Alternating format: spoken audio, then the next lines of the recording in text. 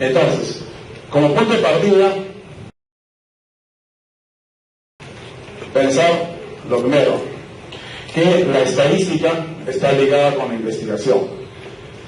En el curso de metodología e investigación, en el tercer año, piden como prerequisito llevar el curso de bioestadística. Entonces siempre relacionen, porque todo lo que ustedes van a ver van a aplicar en el curso de investigación y también en el curso de epidemiología. O sea, a nivel del tercer año les va a ayudar bastante, como también en el curso de farmacología. Con esos cursos se desarrollan trabajos de investigación y el docente les va a pedir que apliquen todo su conocimiento de estadística descriptiva y estadística inferencial. Entonces, ¿cuál es el objetivo de hoy día? Básicamente es diferenciar lo que viene a ser estadística e investigación, definir población y muestra, términos estadísticos como variables, tipo de variable, escala de medición, y empezar a hablar sobre recolección de datos. Con esto nuevamente lo vamos a ver la próxima semana. Entonces, primero entramos a lo que es el tema de investigación. Tienen que tener conocimiento de que si hablamos de investigación tenemos que hablar necesariamente sobre el tipo de conocimiento. Bueno, esto lo van a ver con detalle en el curso de investigación, porque primero compete revisar la parte filosófica, ¿no? Todo tiene un fundamento filosófico. ¿Por qué se investiga? Entonces, si hablamos de investigación, tenemos que primero diferenciar el tipo de conocimiento. Acuérdense que en medicina el tipo de conocimiento es más riguroso, más fino, pero también hay que tener presente que existe primero un conocimiento teológico que ha predominado durante años. Esto ha sido más filosófico, eso de la época de los griegos. Estaba como figuras Sócrates, Platón, Aristóteles. Era un conocimiento que ha predominado durante mucho tiempo, por siglos, porque luego ha ido avanzando. Pasamos al conocimiento filosófico, que era más análisis de tipo cualitativo, más de tipo subjetivo, pero luego ya con el tiempo, gracias a la influencia europea, aparece el conocimiento científico, y esta es la base del desarrollo de la medicina. Entonces hay que tener presente que el conocimiento científico se aplica en el campo de las ciencias prácticas, está incluido, de hecho la medicina se caracteriza por ser inductivo, metódico y sistemático. Parece que seguir una serie de etapas así rigurosamente para poder llegar a construir el conocimiento científico, y constantemente se están desarrollando conocimientos, constantemente están apareciendo nuevas teorías, nuevos métodos, nuevos tratamientos que tienen un sustento científico, ¿no? Entonces, el espíritu científico se caracteriza por ser crítico, objetivo y racional. Esto de la objetividad es importante. ¿Por qué? Porque no se trata de hacer solamente una presunción subjetiva, ¿no? Si yo quiero demostrar, por ejemplo, que un tratamiento va a ser mejor que otro, tengo que demostrar objetivamente que dicho tratamiento es mejor que otro. Para eso utilizo la estadística. Entonces la estadística me va a dar la evidencia objetiva para decir que sí, que efectivamente un tratamiento se va a poder aplicar en un ser humano. Pero para eso implica estudios de años. ¿Ustedes se han puesto a pensar cuánto demora la prueba de un producto? A ver, ¿alguna vez alguien ha investigado? ¿Cuánto tiempo se demora para decir que ya ese producto puede ser aplicado a un ser humano? ¿Cuánto tiempo? ¿2 años? ¿5 años? A ver, para desarrollar una vacuna, por ejemplo, ¿cuántos años? En promedio, ¿será 2 años? No, definitivamente, está en promedio entre 8 a 10 años. Hay que tener presente. Es por eso que los patentes cuestan caro. Eso es lo que no entienden gente que no está metida en investigación. Entonces, para eso hay que constantemente probar, ¿no? Y hay que estar probando y ver si realmente va a funcionar o no va a funcionar. Incluso hay medicamentos que han sido retirados por la FDA porque se ha demostrado con el tiempo que hay efectos adversos. Entonces, el nivel de fiabilidad de la eficacia nunca va a llegar a ser 100%. Y todo ese aspecto, ¿cómo se va a medir? Con la estadística. ¿Está bien? Entonces, en resumen, el método científico es el método más poderoso para examinar y dominar nuestro entorno natural. ¿Correcto? Pueden revisar este manual de bioestadística de John Sentis. Ese es uno de los mejores autores que hoy en día están publicando mucho sobre investigación. Muy bien, entonces esta parte solamente queda como algo de cultura metodológica. Entonces solamente vean todas las etapas del método científico. Como les decía, esto lo van a ver con detalle en el curso de investigación. Esto lo estamos pasando rápido. Miren todo el proceso. Empezamos primero con la observación de un fenómeno, ¿no? Es así. ¿Cómo surge un descubrimiento? Observando. Entonces, para eso, teniendo la observación, empezamos, ¿no? Primero revisamos bibliografía. Eso es lo que es importante. Gracias a la informática, hoy en día ustedes van a la biblioteca, buscan información de una enfermedad, por ejemplo Zika, y le va a salir toda la información, todas las investigaciones que se dan en Brasil, en Colombia, en Estados Unidos, automáticamente, cosa que hace 20 años no era así. Hace 20 años era un proceso más lento. Entonces busco bibliografía, y en la bibliografía ya puede empezar a hacer observaciones y a empezar a construir hipótesis. Entonces, teniendo ya la bibliografía, empiezo a construir hipótesis. Teniendo las hipótesis, me va a servir para hacer una predicción. De hecho, implica hacer un experimento, comparar en el experimento observaciones, y luego lo que tengo que hacer es rechazar o no rechazar una hipótesis. Y para ver su confirmación nuevamente con la bibliografía. Entonces, es el proceso cíclico de una investigación. En términos prácticos, hay un libro de Guillermo Montoy, que es profesor a nivel de posgrado. El método científico implica 3 etapas básicas. Primero, planificación. Tengo que planificar algo, tengo que planificar un proyecto. Entonces eso se hace con la bibliografía. Después de la planificación, ¿qué hago? Ejecución.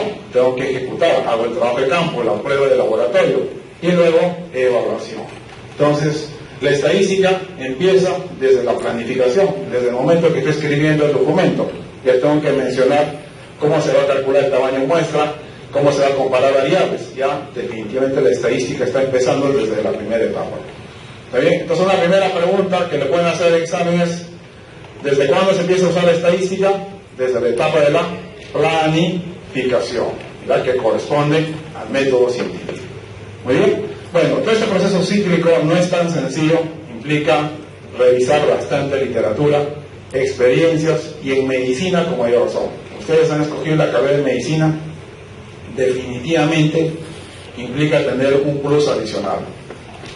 Ustedes van a tratar pacientes, van a tratar seres humanos, entonces definitivamente ahí tienen que tener mucho cuidado.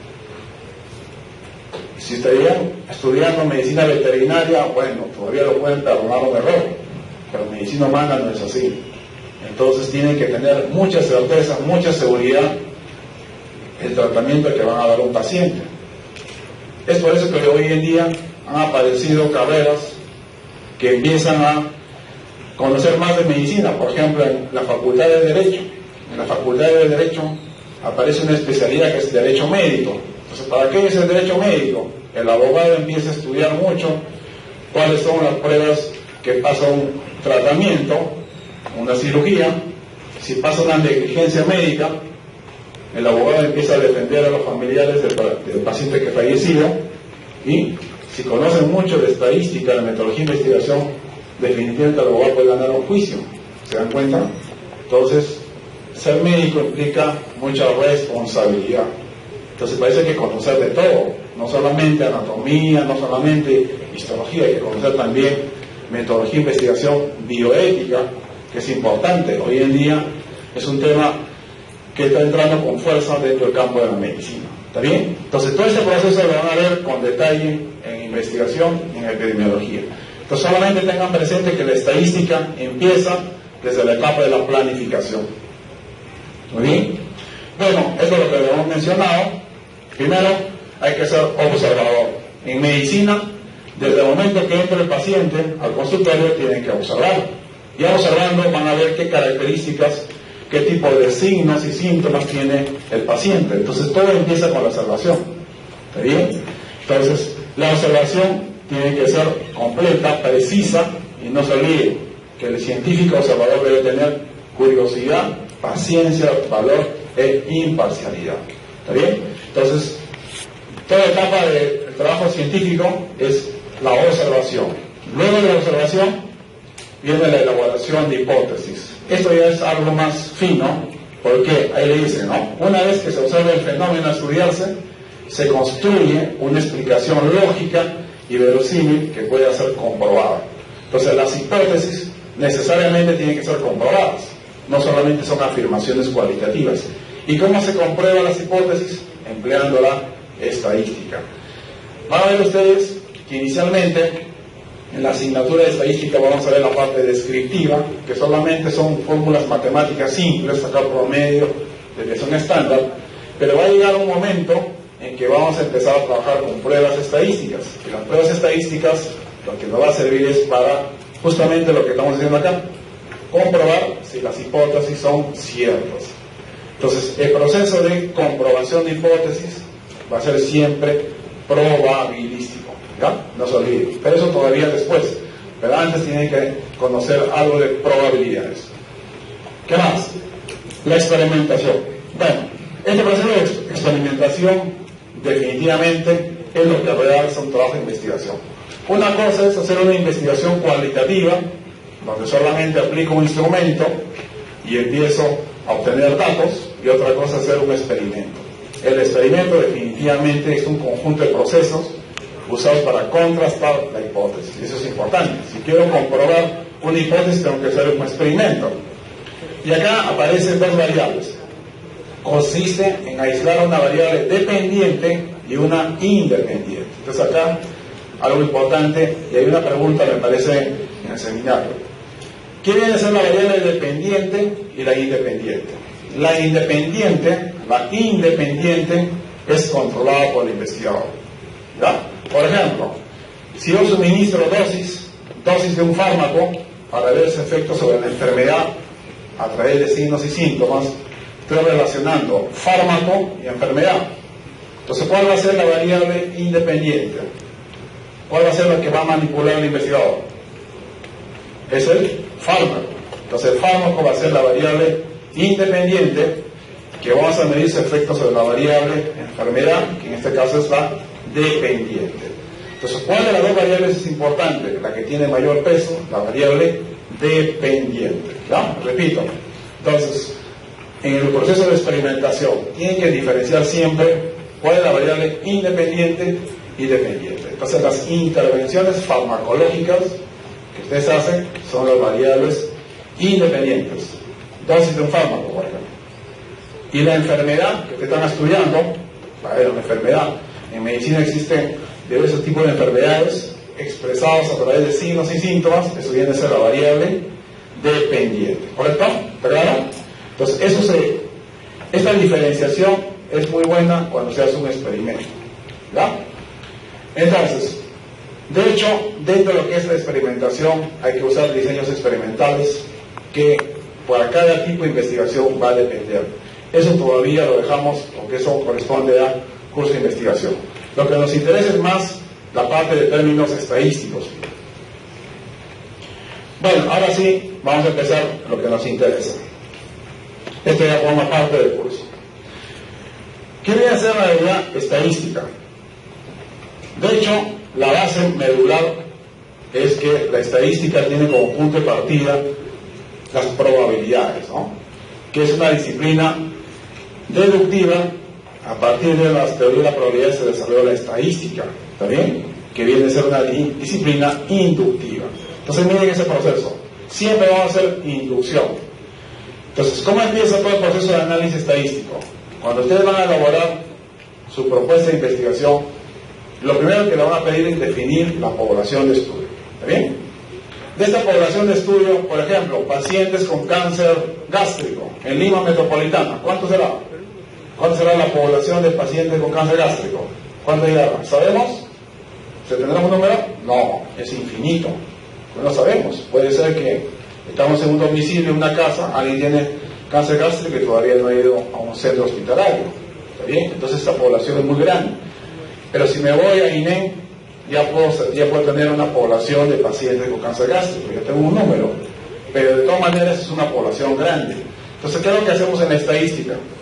De la población sacamos una muestra. ¿Está bien? Siempre se va a trabajar con una muestra. Entonces, ¿para qué se hace eso? Que con los resultados de la muestra, nosotros vamos a hacer una inducción.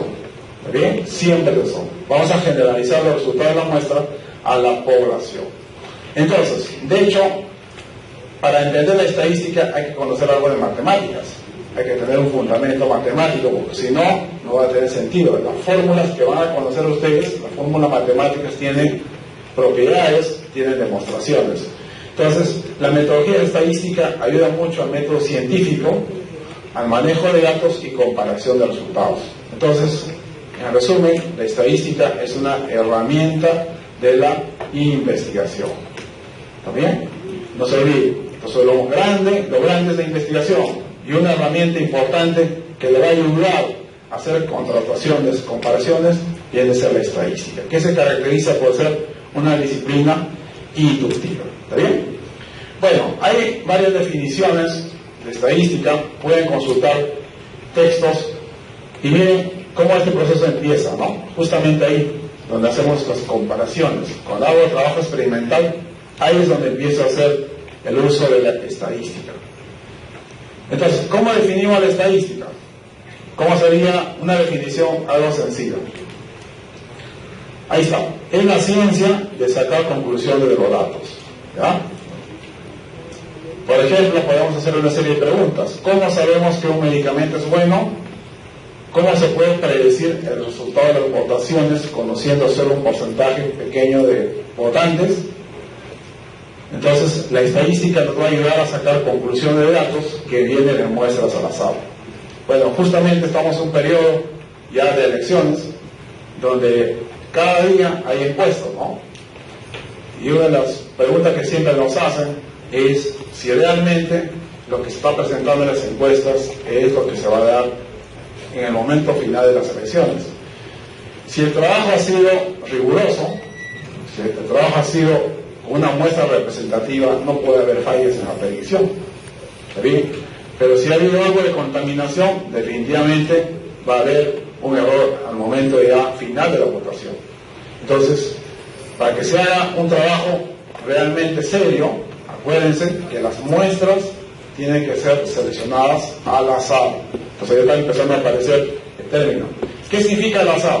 A ver, ¿alguien tiene una idea? ¿Qué significa muestras al azar? Muy bien, son muestras aleatorias, donde predomina la probabilidad. ¿Ya? Muy bien.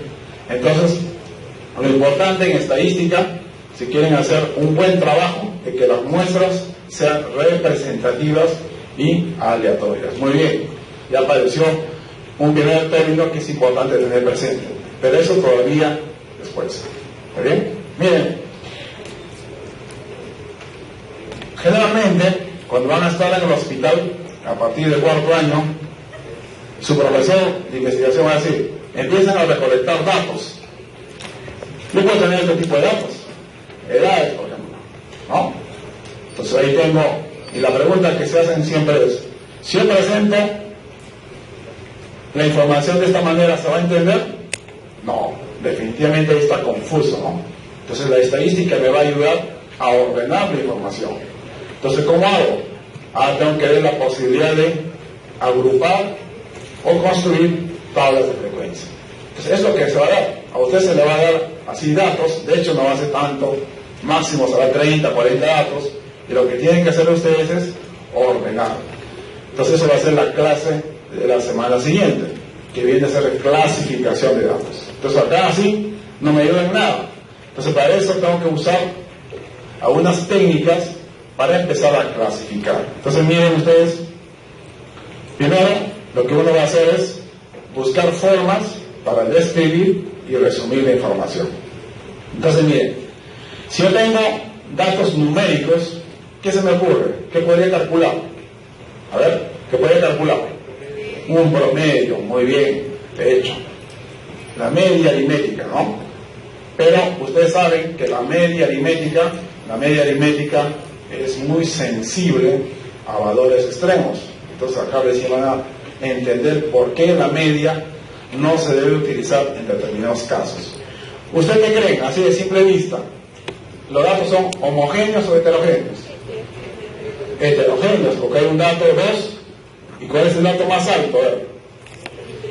100, de hecho. Miren la distancia, todo es a 100, es totalmente heterogéneo. Entonces la media no me sirve. Entonces en ese caso tengo que usar la mediana.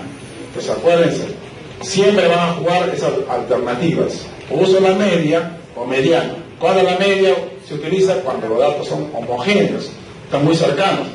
Por ejemplo, si yo pregunto la edad de ustedes acá en el salón, ¿la edad será homogénea o heterogénea? ¿Qué piensan ustedes de la edad? ¿Va a oscilar entre qué edad? 17, 18 años. Nada más. Es homogéneo. ¿Se dan cuenta? No hay problema. En cambio, ahí casi puedo usar lo que es la media. Pero en este ejemplo, la media no me sirve. Para eso tengo que usar la mediana. ¿Verdad? Acuérdense. Pero todavía eso es después. Entonces, tengo que ver la forma de ordenar la información. Entonces, hay que tener presente lo siguiente. La primera pregunta que le van a hacer es ¿cuáles son las dos ramas de la estadística? Las dos ramas de la estadística vienen a ser la descriptiva y la otra es la inferencial. Como dice el doctor Rolle, aprovechen, saquen el provecho, saquen el mayor número máximo de notas en la primera etapa, la descriptiva. Si ustedes saben calcular promedios, saben usar la calculadora, saben usar sumatoриas, suficiente, les va a ir muy bien. La parte de estadística descriptiva, la mayoría de los alumnos sacan buena nota. ¿Dónde empieza el problema? En la estadística inferencial. ¿Por qué? Muchas veces se confían. En la estadística inferencial la clave está en que puedan entender y calcular las probabilidades. Entonces en la estadística inferencial hay que usar probabilidades. En cambio en la estadística descriptiva, su nombre lo dice, solamente describo datos. ¿Muy bien? Entonces, la estadística solamente tiene dos ramas, descriptiva e inferencial.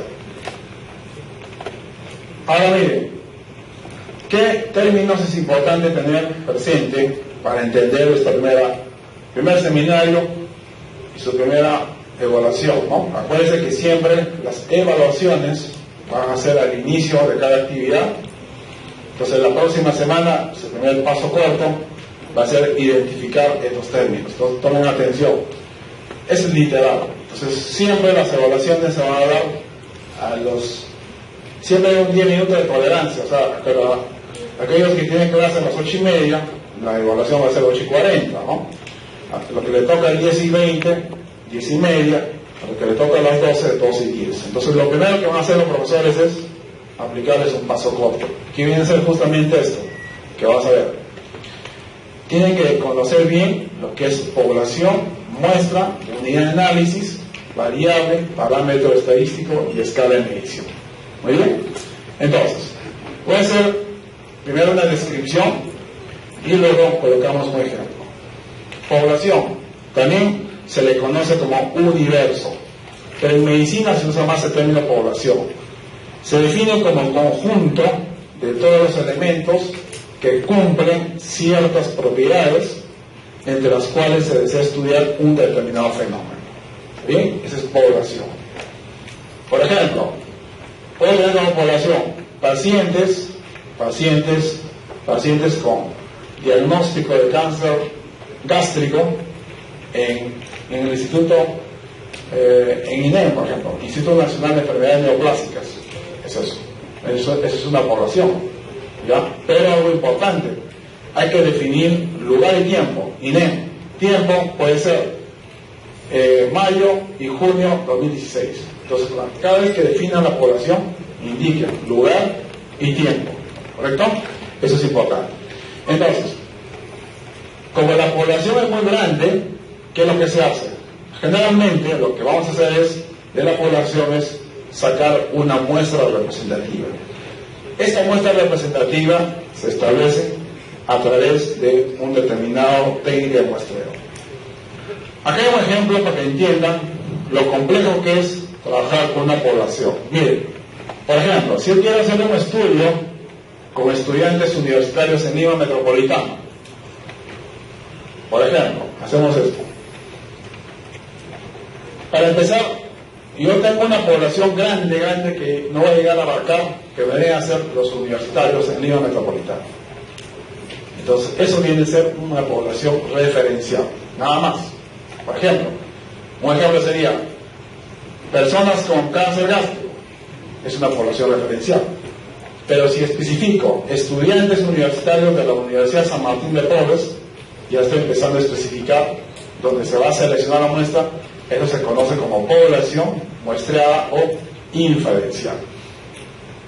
Esa población es grande, entonces para eso, ¿qué es lo que hago? Uso técnica de muestreo para seleccionar una muestra representativa. Yo puedo decir que voy a trabajar con 1000 alumnos de la Universidad San Martín de Porres. ¿Se dan cuenta? Pues teniendo los resultados de la muestra, voy a generalizar los resultados, voy a hacer una inferencia a la población inferencial, nada más. Acuérdense, es igualito como lo que estamos explicando, ¿no? Personas que tienen cáncer gástrico en Lima Metropolitana es grande, esa es una población referencial. Si yo digo pacientes que asisten o pacientes diagnosticados con cáncer gástrico en INEM, ¿eso qué sería? Población. ¿Qué población? Inferencial, muy bien. Todavía es grande. Yo digo, voy a trabajar con 100 pacientes. Eso ya viene a ser una muestra representativa. ¿Se dan cuenta? Eso es algo importante. Entonces, siempre tengan presente esto, ¿no? Que el proceso de la inferencia solamente se hace en la población muestreada. Entonces, ¿qué llamamos la muestra? La muestra viene a ser subconjunto de la población.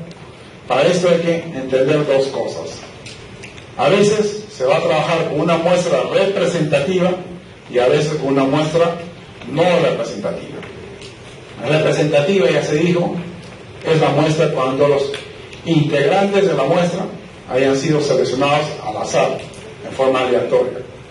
Y se ha establecido el tamaño de la muestra con fórmulas matemáticas. Esa es una muestra representativa. En cambio, una muestra no representativa son cuando los elementos no han sido elegidos al azar. En ambos casos se puede hacer investigación, pero lo ideal es que la muestra sea representativa, donde cada elemento de la población tiene la misma probabilidad de ser seleccionado, ¿correcto? Entonces esa es una característica. Pero a veces sucede, justamente ayer estaba con los residentes, ya están haciendo su trabajo de investigación para que se gradúen, y la mayoría me dice, profesor, ha sido complicado hacer una selección aleatoria. El hospital no me está apoyando. Entonces lo que he hecho es trabajar con pacientes que acuden a consulta externa. Yo mismo he establecido, he seleccionado 2 días y todo lo que han asistido a consulta externa ha sido parte de la muestra. Eso no es una muestra representativa, esa es una muestra no representativa, porque lo ha establecido el investigador. Y a veces sucede, esa es la realidad. Una cosa es explicar a nivel académico todo esto, pero a veces en la realidad no funciona. Entonces la investigación se puede trabajar con muestras representativas o no representativas. ¿Qué más? Bueno, unidad de análisis. De hecho, ese es el elemento de la población. Miren ustedes, siempre tengan presente que la unidad de análisis viene a ser elemento de la población. Puede ser una persona, un animal de laboratorio o un objeto, ¿no? ¿Se dan cuenta? Entonces, lo primero que tienen que hacer siempre es definir, identificar la unidad de análisis. Por ejemplo, en un hospital, ¿cuál va a ser la unidad de análisis? Un paciente, así de frente. En la universidad, un alumno. En una empresa de servicios, ¿cuál es la unidad de análisis?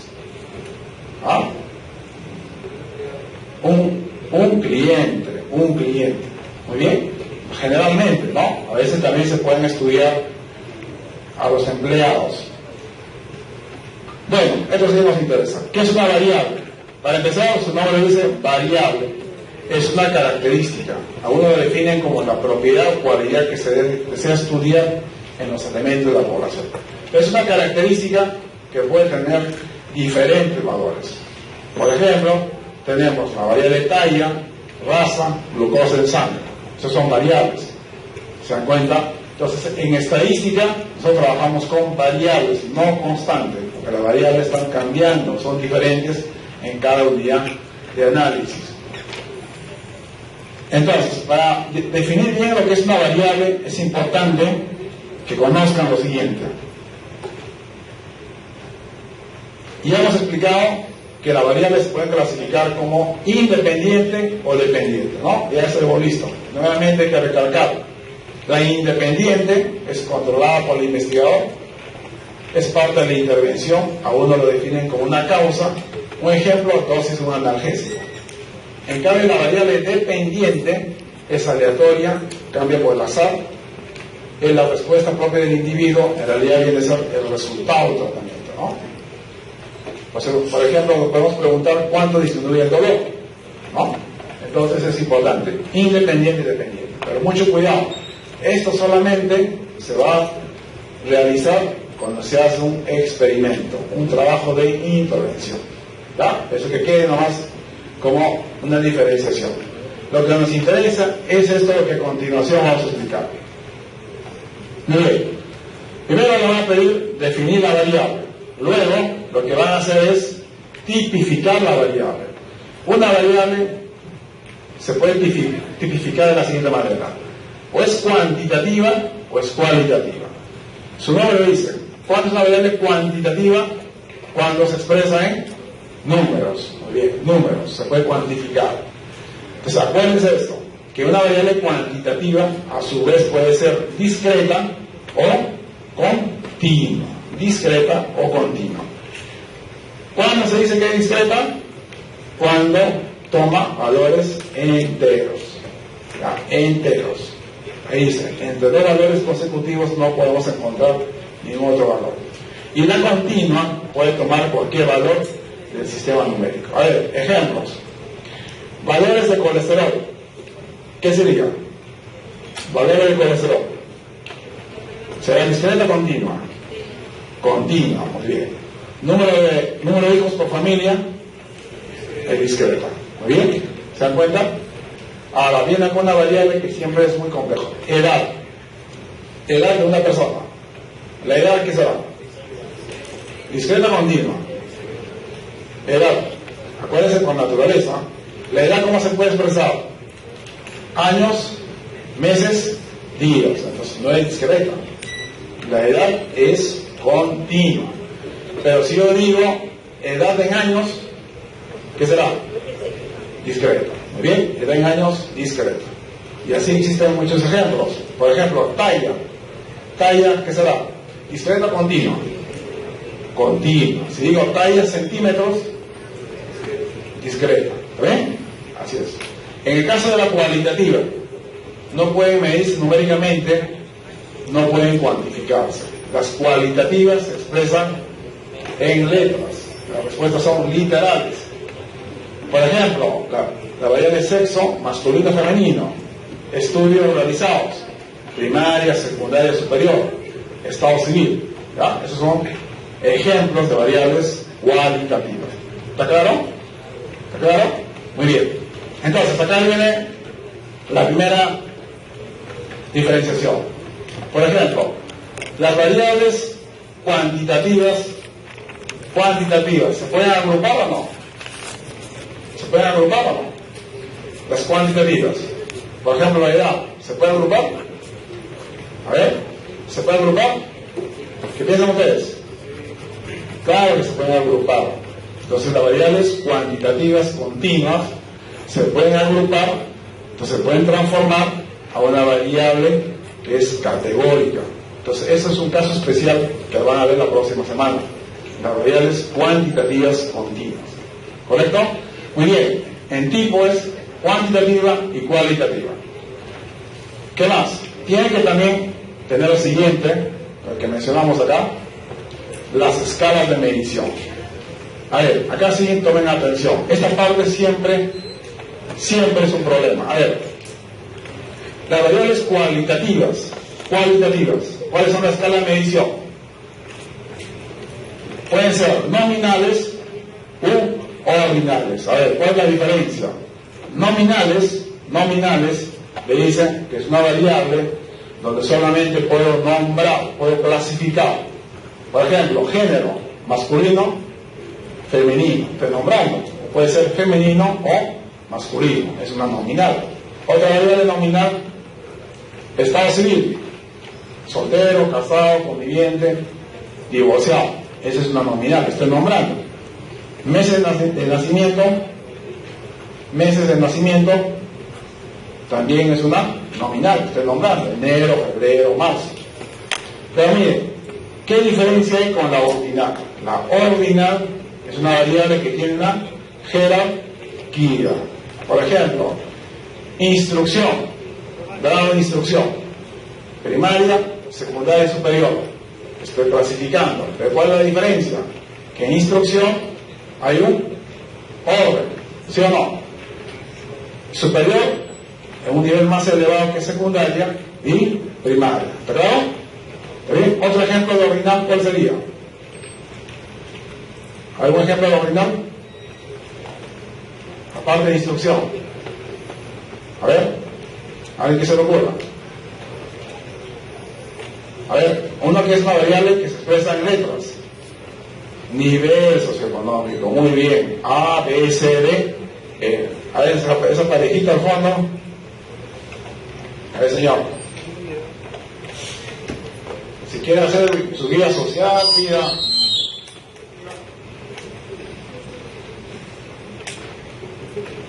Para todo el tiempo, muchachos, para todo el tiempo. ¿Ya?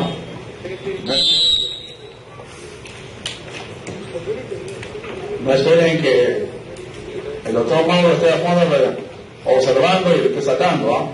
El doctor Mauro y el doctor Casanova van a estar observando, pero estoy indicando. Ya el jefe del curso no nada que ver, ¿no? Así que bueno, señor, siéntese muy bien. Parece que no le han enseñado cómo tratar a su pareja, ¿no? Muy bien, entonces, nominal o ordinal, ¿está claro? A ver, por ejemplo, escala de dolor.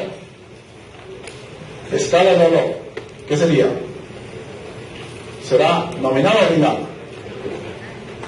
Ordinal. Muy bien, un ejemplo. Hay un ejemplo que siempre nos da. Niveles de conocimiento. Niveles de conocimiento. Alto, medio y bajo. ¿Qué será?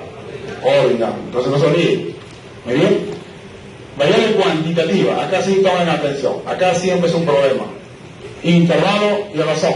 Intervalo y razón. ¿Sabe dónde está la diferencia? Está en el famoso punto cero. Intervalo y razón. ¿Por qué? El punto cero viene en que en intervalo el cero es relativo, es arbitrario, o sea, el cero existe. ¿Ya? En cambio de razón, el cero es absoluto, me indica ausencia total de la característica. Ejemplo sencillo, mire, ¿qué hubiera pasado si acá al inicio se hubiera tomado un examen de entrada en matemáticas y alguien de ustedes saca cero? Ese cero para el docente será relativo o absoluto. Relativo. Las mediciones educativas son relativas. Muy bien. Entonces, si es relativo, corresponde a intervalo. Entonces, tomen nota. Después no digan, el profesor no mencionó. Intervalo, los ejemplos son muy pocos. Mediciones educativas, mediciones psicológicas y la famosa temperatura en grados centígrados. Por ejemplo, si acá le aplican una prueba para medir ansiedad, le dan un cuestionario donde hay una serie de situaciones y alguien de ustedes marca nunca, para sacar puntaje cero. Ese cero será relativo o absoluto. Relativo. Todos tenemos algo de ansiedad, depende mucho de la situación. ¿Está claro? En cambio de razón, la mayoría de las variables cuantitativas, el cero es absoluto. Por ejemplo, valores de hemoglobina. Valores de hemoglobina. Cero. Valores de hemoglobina. Cero. ¿Qué me indica? Que no hay nada. Talla, 0 centímetros. No hay nada. Esa es una medida de razón. ¿Está claro? ¿Está claro? Muy bien. Entonces, ahora lo que vamos a hacer es darle un ejemplo general, cómo más o menos va a ser la evaluación 1, para que tengan una idea y así puedan ustedes ya tener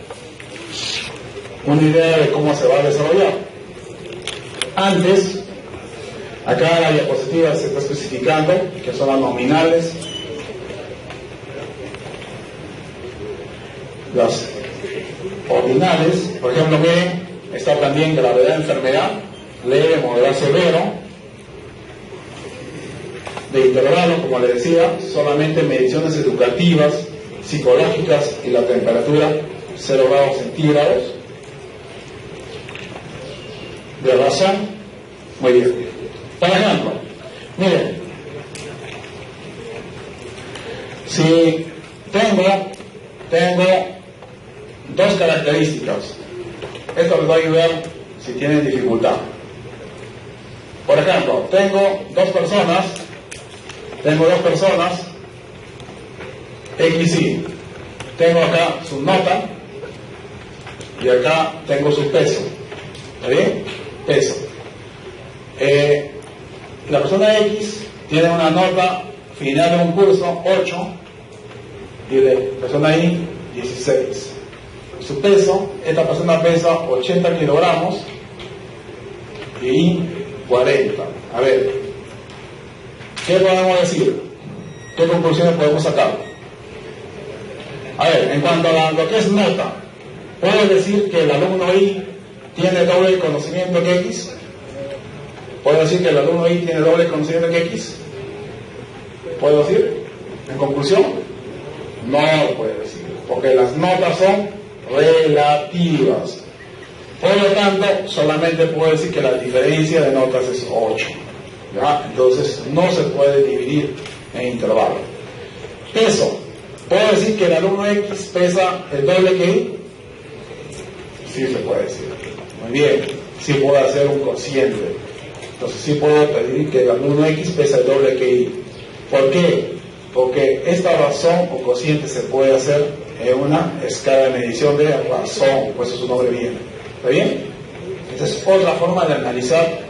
Eso es un ejemplo que hacen los americanos, usando las operaciones diferencia o la división. ¿Está bien? Muy bien. Todo esto es importante. Bueno, este es un resumen general. Entonces, variable tiene que conocer tipo variable cualitativa, el otro es cuantitativa. En la cuantitativa mencionamos discreta y continua. En las escalas de medición, para las cualitativas, tenemos la nominal, ordinal, y en las cuantitativas, intervalo o de razón. ¿Correcto? Muy bien, ese es un resumen. Y listo. Terminamos con esto y mandamos un ejemplo. Parámetros y estadísticos. Miren, los parámetros, su nombre lo dice, los parámetros son aquellos valores que resumen una característica de la población. Entonces, miren, relacionen parámetro con población. Y estadístico es una medida de resumen de la muestra. ¿Correcto? Muy bien. A ver, vamos a ver acá un ejemplo. Supongamos que quiero hacer un análisis de la edad de la población de pacientes, población de estudiantes de la Facultad de Medicina, edad de la población de estudiantes de la Universidad San Martín de Porres. La Facultad de Medicina nada más, ¿ya? Edad. Entonces, si tengo la edad de cada uno, estamos hablando de 4.500 alumnos, ¿cuántas edades va a tener? Si la población es de estudiantes de la Facultad de Medicina es 4.500, ¿cuántas edades va a tener? 4.500. ¿Qué operación matemática voy a hacer? ¿Qué voy a calcular?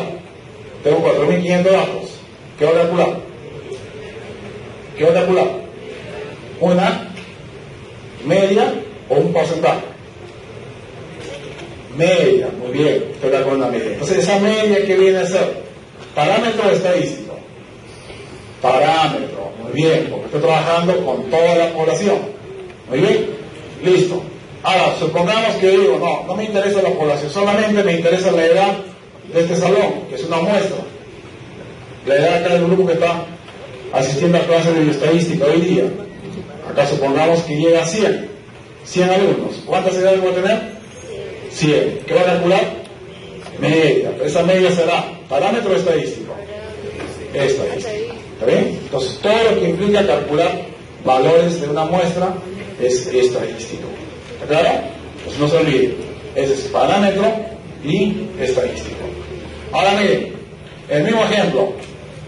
La universidad actualmente está luchando para tener un permiso para hacer un sótano, bueno, una playa de estacionamiento de 3 niveles, que hasta ahora no, la municipalidad no da permiso.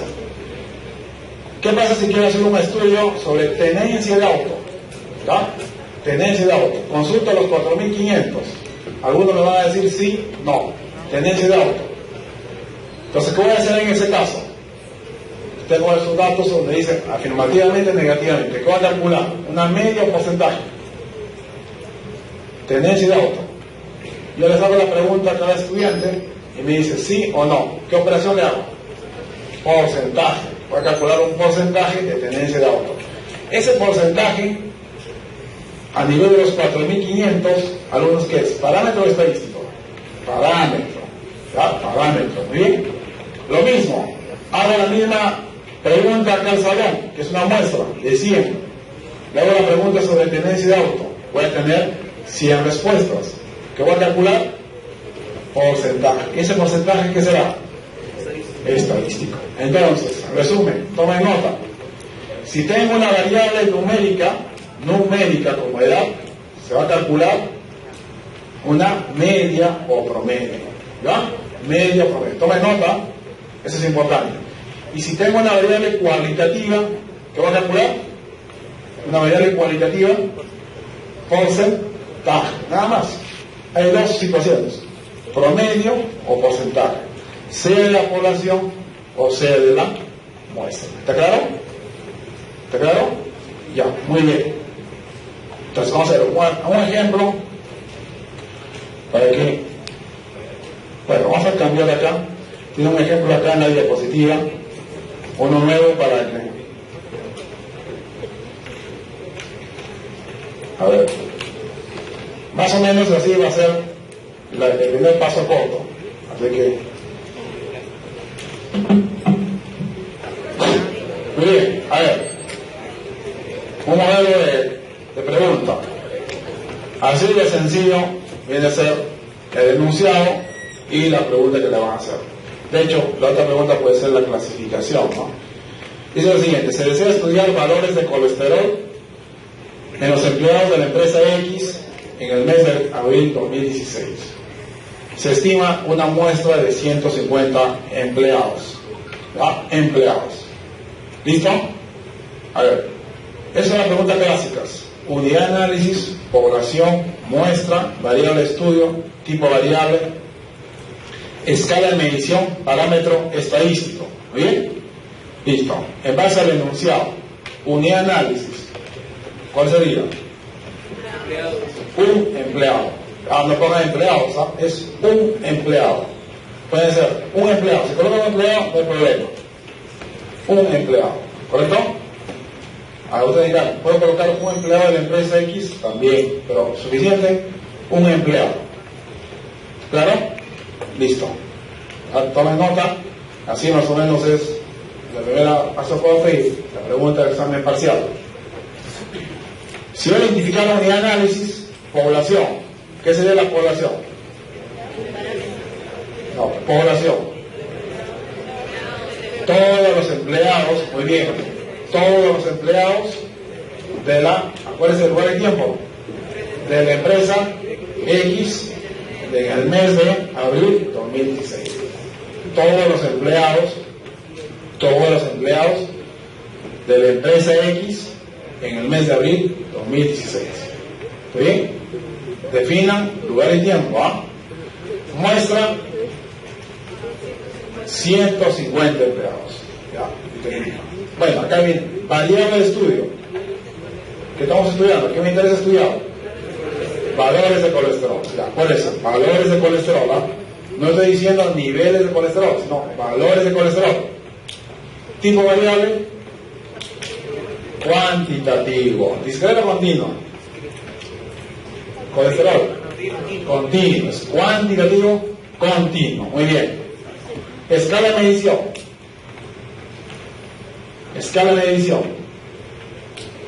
Acuérdense, de razón. Muy bien. De razón. Cero absoluto. Escala de medición de razón. Muy bien. Ya identificaron que es una variable cuantitativa. Acá viene la pregunta final.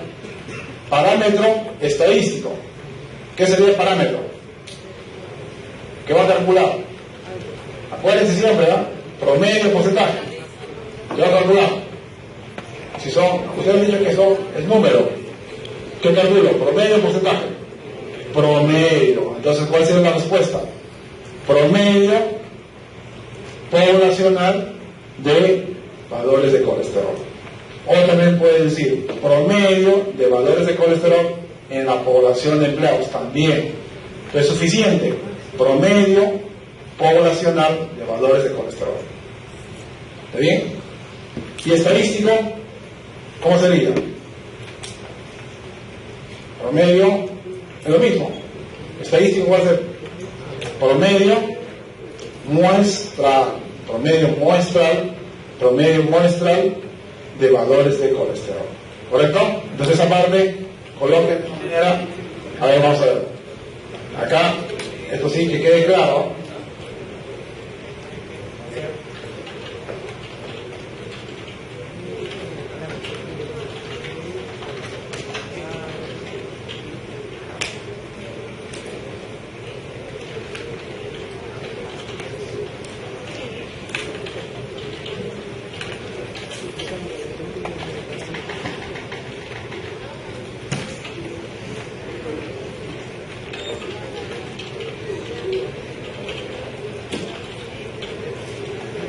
Eso es, promedio poblacional de valores de colesterol y estadístico, promedio muestral de valores de colesterol, ¿correcto?